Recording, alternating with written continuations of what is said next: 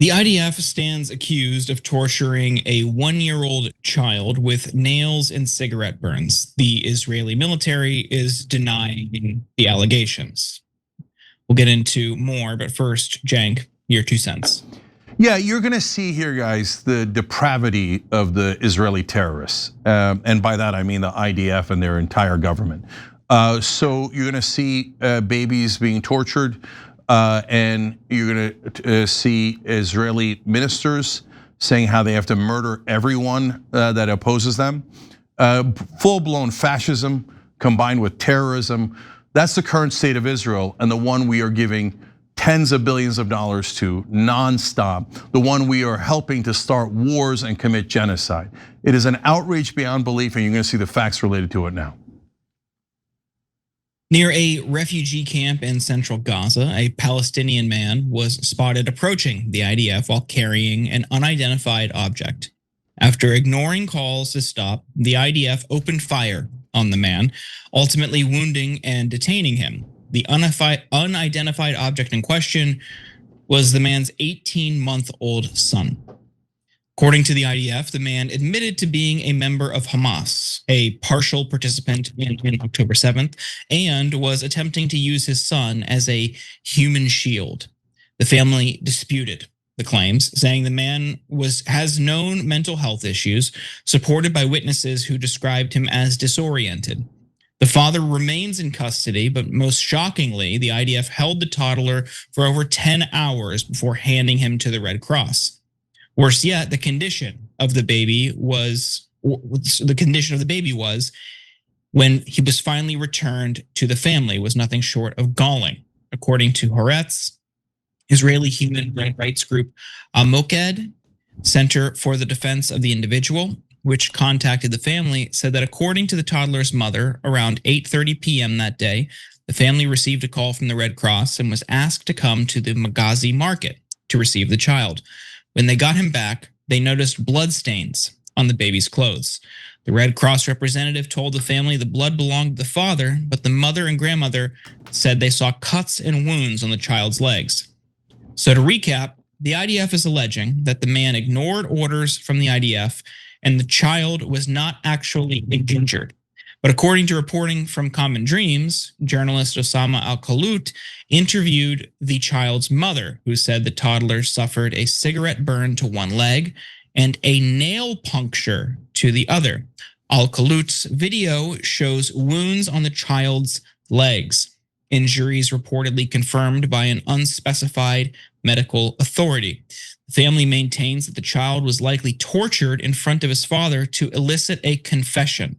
But how could people think the IDF would do such a thing? Well, maybe it's because of statements like this from Itzhak Kreuzer, a member of Ben-Gvir's far-right party.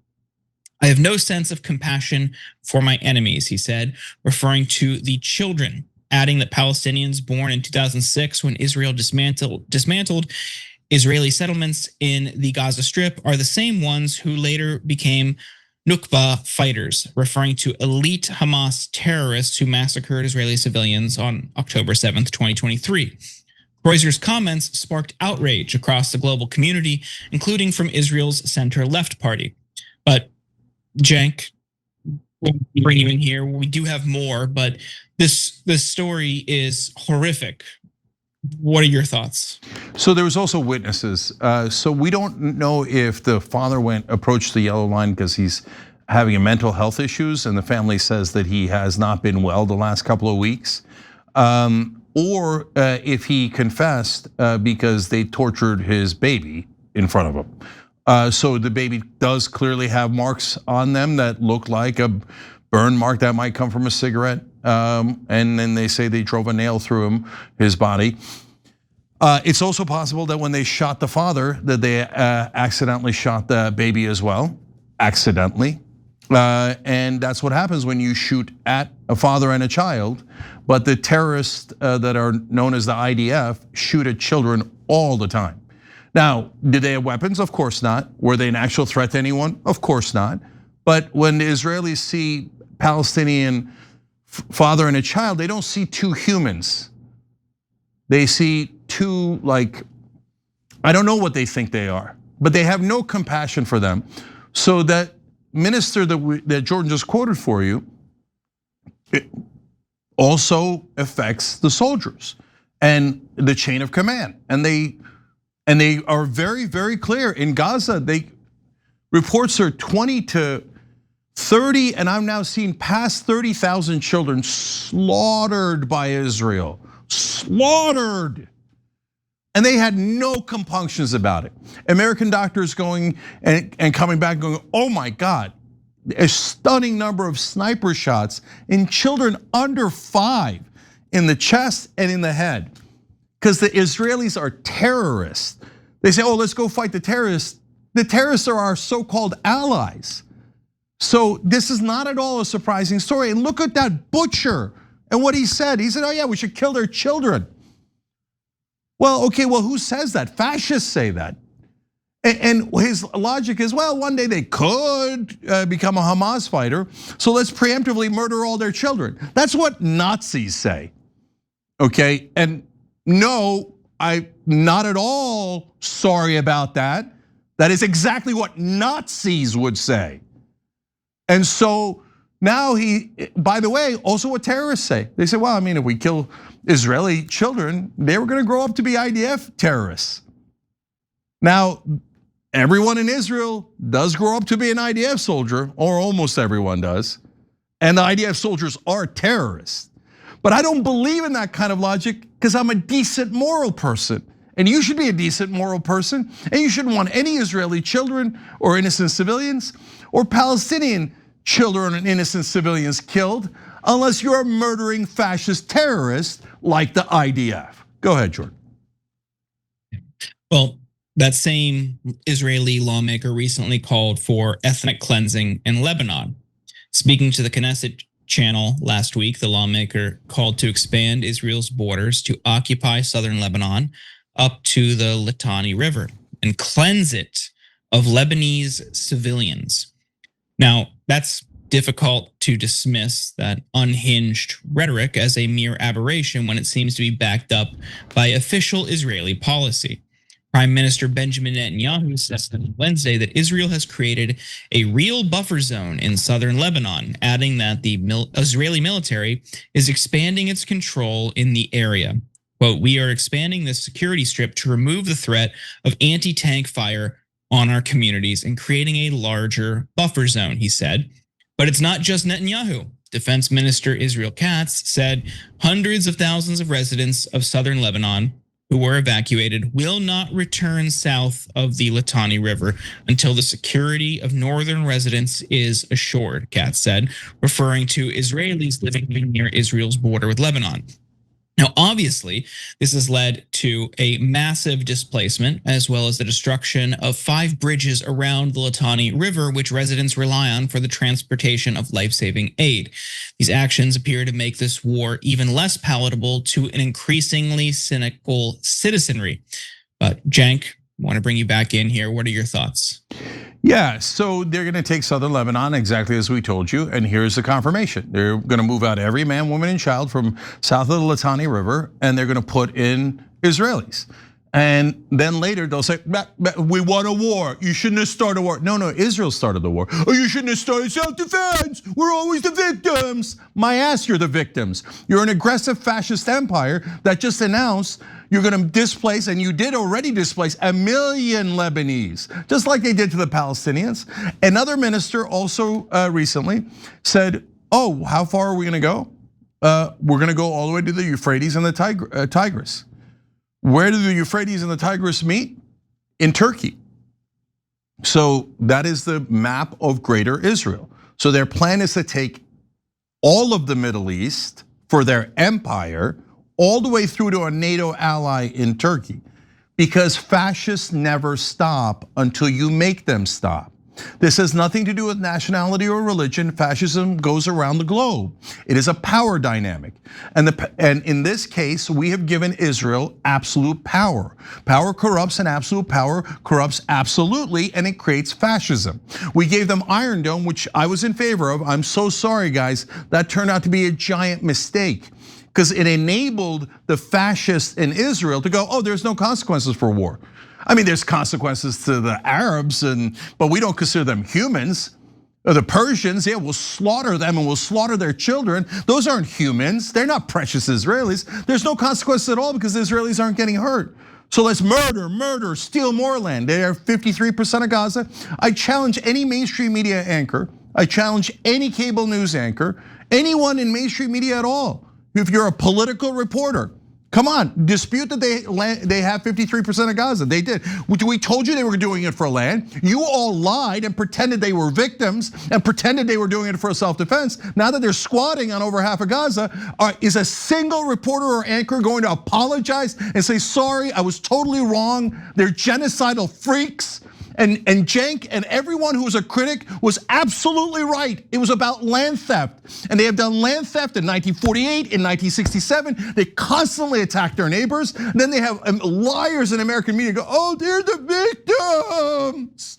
In 1967, they destroyed all the militaries of their neighbors in a surprise attack like Pearl Harbor, and then pretended, well, they might have attacked us at some point. Exactly what they just did with Iran, and you saw with your own eyes. Iran might have nukes a couple of decades from now. They might attack us. And then they went in and they made us go in, and our guys are dying. And we're gonna have to spend a couple more $1 trillion to back up these fascists. And you're gonna have to work a second job to send more money to Israel. And if you complain about them stealing your money to murder these kids, they're gonna say, you're an anti-Semite. We're gonna destroy you. We're gonna ruin your life if you don't bow to Israel. So I hate giving money to fascists. I hate giving money to terrorists. I hate that they take it out of my check. And you should be furious that they're taking your money and having them murder and torture children and steal land in Lebanon, steal land in Gaza, steal land in Syria. This has nothing to do with self-defense. We are feeding and enabling a massive fascist empire in the Middle East. We're not fighting the terrorists, we're helping the terrorists. Israel is the terrorists. I hope that's clear, Jordan. It is abundantly clear. I mean, it's horrific. We've seen this, to go back to the Iron Dome point, we've seen the justification in the US for defensive weapons before and how that has looked as, even just outside of US-Israeli relations with Saudi Arabia, and how they had a stranglehold on Yemen, which led to a massive famine. At the time, it was one of the worst humanitarian disasters in the world. This was 2021, 2022. We talked about this a lot on this network, but even Democrats, because Biden was in the White House, bought into this defensive weaponry. Well, you see what that looks like now. You see a little bit more on the left. You see a few more Democrats calling it out, how it's used as justification and an obfuscation tool. But in reality, on the ground, this is what it's all offensive. You don't have defensive war. That's all this is. It's about land, it's about power, and it's about control. Yeah, I'm gonna say one last thing. Look, I don't want any harm to come to any civilians, no matter how guilty they are, no matter how wrong they are, and no matter how much they've lost their mind like they have in Israel. But in terms of culpability, moral and political culpability, there's no more excuses for the Israeli citizens. So yeah, it's not unclear what's happening. They don't consider their neighbors humans. They have no compunction or empathy for their Arab neighbors and their Muslim neighbors and their Christian neighbors at all. That's not all Israelis. There's a small minority who are very good people who are trying to stop this. And it's certainly not about Jews, because Jews across the world and in America have different points of view on this.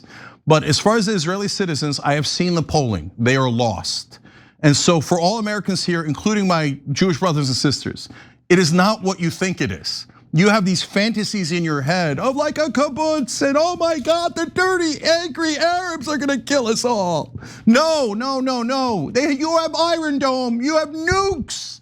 You're one of the safest countries in the world. Wake up.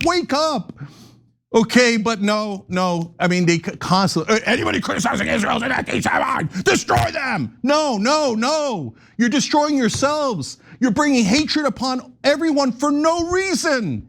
Israel is lost. We have to take our money back. We have to take our defenses back. until the power dynamic is balanced and it can get to a peace deal, which actually will be better for Israel in the long run. But if you encourage and enable this kind of fascism, it's gonna blow up on everyone. It is a disastrous idea. But I know they'll never listen. They'll call me and everyone who's trying to help them an anti-Semite, and they'll pour in more money to Israel. Kill more Muslims, kill more Muslims. They'll say, as they say, I'm worried about bigotry. Oh, I'm worried about anti-Semitism and bigotry. They're not worried about bigotry at all. They're worried about, I have been slightly offended by you correctly telling me how awful and hideous Israel is. My feelings are so much more important than the children being tortured and the million people who were just ethnically cleansed in Lebanon and all the kids we killed in Iran. No, your feelings are not more important. They are way, way, way less important. And it is self-indulgent and incredibly entitled to say you shouldn't criticize the fascists because my feelings are hurt and my feelings are more important than that 1-year-old or the 30,000 children we murdered in Gaza or Israel murdered in Gaza. No, your feelings are self-indulgent and unbearable. And I don't give a goddamn about your feelings. I care about the people being destroyed, killed, tortured, humiliated. Last thing, Israel, according to the experts, is doing collective torture and psychological terror and humiliation of any area they occupy and the people in that area because they want to drive them out with collective torture and terror. That's the current state of Israel. Anyone telling you otherwise is flat out lying to you, so you send more of your money to Israel to kill more people and to torture more children. It's unbearable. Every time you ring the bell below, an angel gets his wings. Totally not true, but it does keep you updated on our live shows.